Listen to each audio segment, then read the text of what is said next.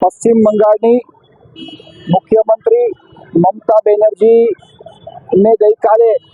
કોલકાતા હાઈકોર્ટે એક જબરજસ્ત ઝટકો આપ્યો છે એમ કહીએ તો ચાલે। હંમેશા તુષ્ટિકરણની રાજનીતિ અપનાવતી અને ભ્રષ્ટાચારનો બોરિંગ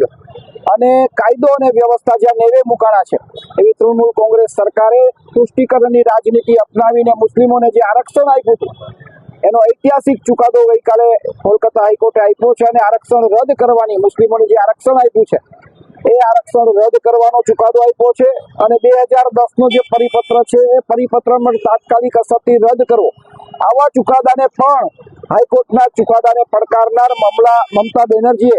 એવી વાત કરી કે હું આ ચુકાદાને માનતી નથી, હું આ ચુકાદો સ્વીકારતી નથી અને અમારો જે આરક્ષણનો અમે જે કાયદો પસાર કર્યો છે અમને મંજૂર છે અને એ જ કાયદો અમલમાં રહેશે, આવી વાત કરનાર મમતા બેનર્જીના પુતળા દહનનો આજે કાર્યક્રમ